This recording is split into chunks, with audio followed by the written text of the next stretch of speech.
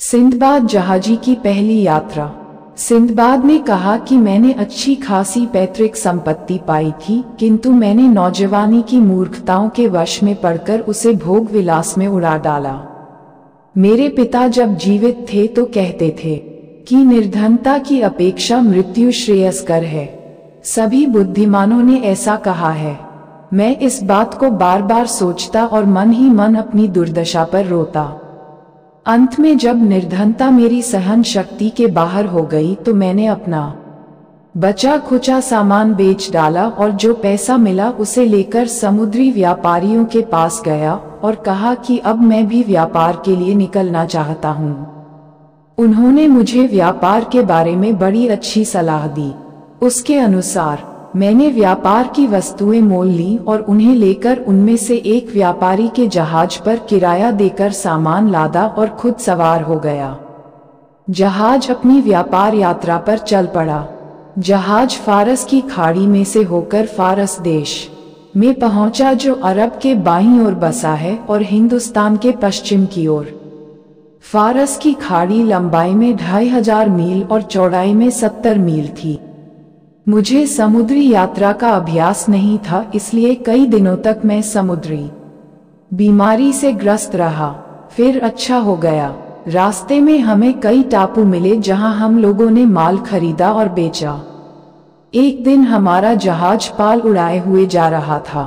तभी हमारे सामने एक हरा भरा सुंदर द्वीप दिखाई दिया। कप्तान ने जहाज के पाल उतरवा लिए और लंगर डाल दिए और कहा कि जिन लोगों का जी चाहे वे इस द्वीप की सैर कराएं। मैं और कई अन्य व्यापारी जो जहाज पर बैठे बैठे ऊब गए थे, खाने का सामान लेकर उस द्वीप पर नाव द्वारा चले गए। किंतु वह द्वीप उस समय हिलने लगा जब हमने खाना पकाने के लिए आग जलाई। ये देखकर व्यापारी चिल्लाने लगे कि भागकर जहाज पर चलो, ये टापू नहीं, एक बड़ी मछली की पीठ है। सब लोग कूद कूद कर जहाज की छोटी नाव पर बैठ गए।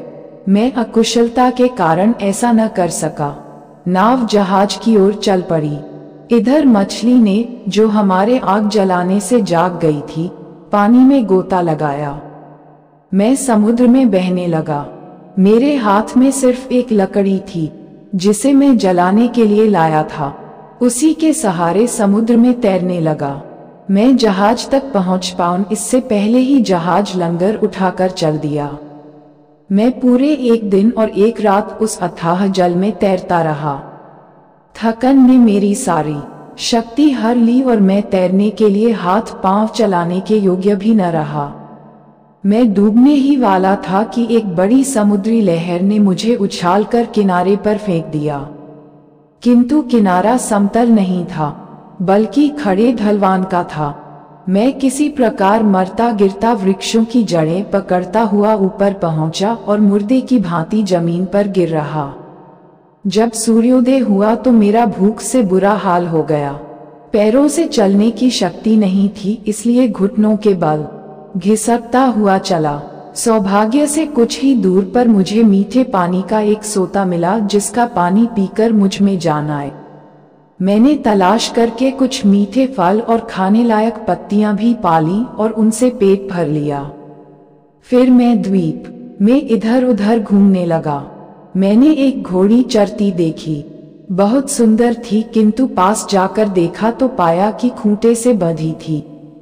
फिर पृथ्वी के नीचे से मुझे कुछ मनुष्यों के बोलने की आवाज आई और कुछ देर में एक आदमी जमीन से निकलकर मेरे पास आकर पूछने लगा कि तुम कौन हो, क्या करने आए हो।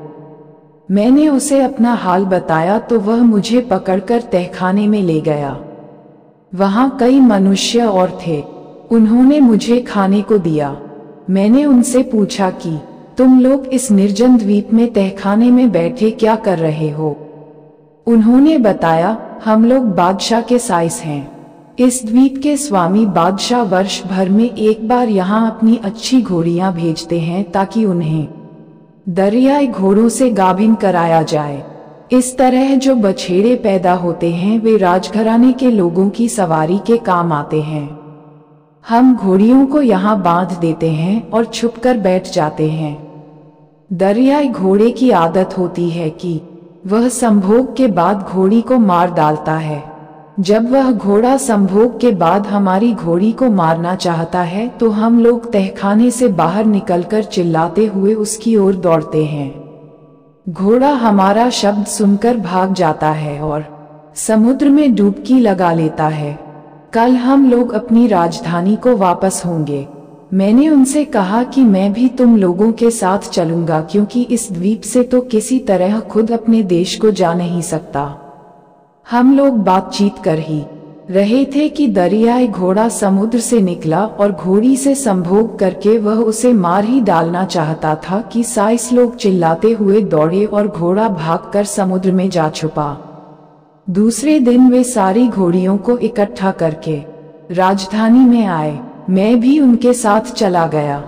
उन्होंने मुझे अपने बादशाह के सामने पेश किया। उसके पूछने पर मैंने अपना सारा हाल कहा। उसे मुझ पर बड़ी दया आई। उसने अपने सेवकों को आज्ञा दी कि इस आदमी को आराम से रखो।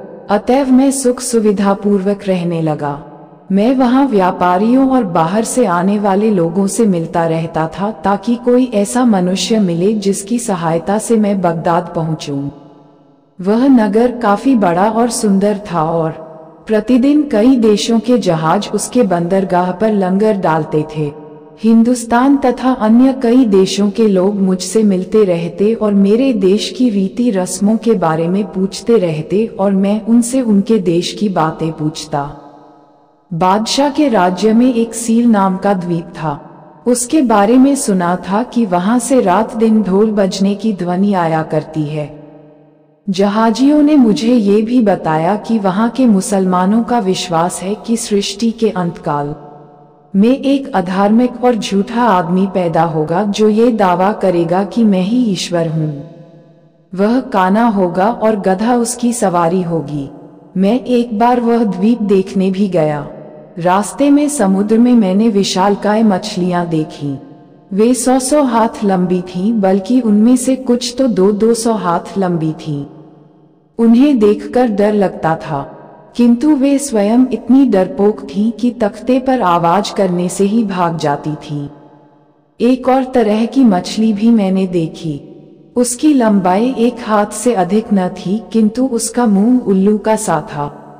मैं इसी प्रकार बहुत समय तक सैर सपाटा करता रहा। एक दिन मैं उस नगर के बंदरगाह पर खड़ा था। वहां एक जहाज ने लंगर डाला और उसमें कई व्यापारी व्यापार वस्तुओं की गठरियां लेकर उतरे। गठरियां जहाज के ऊपरी तख्ते पर जमा थीं और तट से साफ दिखाई देती थीं। अचानक एक गठरी पर मेरी नजर पड़ी जिस पर मेरा नाम लिखा था। मैं पहचान गया कि यह वही गठरी है जिसे मैंने बसरा में जहाज पर लादा था। मैं जहाज के कप्तान के पास गया। उसने समझ लिया था कि मैं डूब चुका हूँ। वैसे भी इतने दिनों की मुसीबतों और चिंता के कारण मेरी सूरत बदल गई थी, इसलिए वह मुझे पहचान न सका। मैंने उससे पूछा कि यह लावारिस सी लगने वाली गठरी कैसी है। उसने कहा, हमारे जहाज पर बगदाद का एक व्यापारी सिंदबाद था। हम एक रोज समुद्र के बीच में थे कि एक छोटा सा टापू दिखाई दिया और कुछ व्यापारी उस पर उतर गए।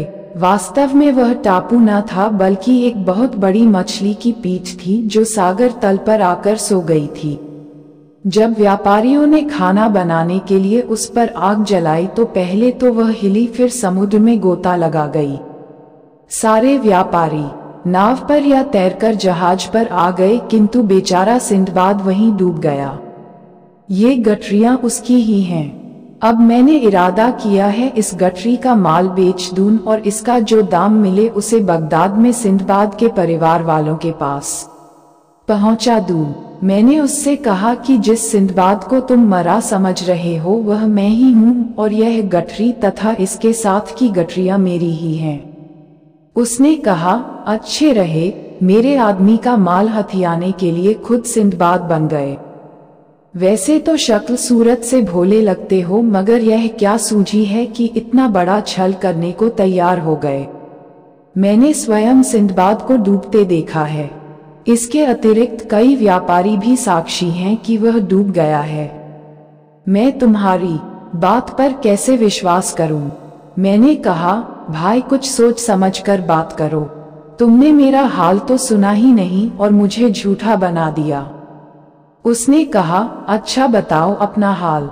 मैंने सारा हाल बताया कि किस प्रकार लकड़ी के सहारे तैरता रहा और 24 घंटे समुद्र में तैरने के बाद निर्जन द्वीप में पहुंचा और किस तरह से बादशाह के साइसों ने मुझे वहां से लाकर बादशाह के सामने पेश किया। कप्तान को पहले तो मेरी कहानी पर विश्वास न हुआ, फिर उसने ध्यानपूर्वक मुझे देखा और अन्य व्यापारियों को भी मुझे दिखाया। सभी ने कुछ देर में मुझे पहचान लिया और कहा कि वास्तव में ये सिंदबाद ही है। सब लोग मुझ नया जीवन पाने पर बधाई और भगवान को धन्यवाद देने लगे। कप्तान ने मुझे गले लगाकर कहा, ईश्वर की बड़ी दया है कि तुम बच गए। अब तुम अपना माल संभालो और इसे जिस प्रकार चाहो बेचो। मैंने कप्तान की ईमानदारी की बड़ी प्रशंसा की और कहा कि मेरे माल में से थोड़ा सा तुम भी ले लो, किंतु उसने कुछ भी नहीं लिया, सारा माल मुझे दे दिया। मैंने अपने सामान में से कुछ सुंदर और बहुमूल्य वस्तुएं बादशाह को भेंट की। उसने पूछा, तुझे यह मूल्यवान वस्तुएं कहाँ से मिली? मैंने उसे पूरा हाल सुनाया। वह ये सुनकर बहुत खुश हुआ। उसने मेरी भेंट सहर्ष स्वीकार कर ली और उसके बदले में उनसे कहीं अधिक मूल्यवान वस्तुएं मुझे दे दी।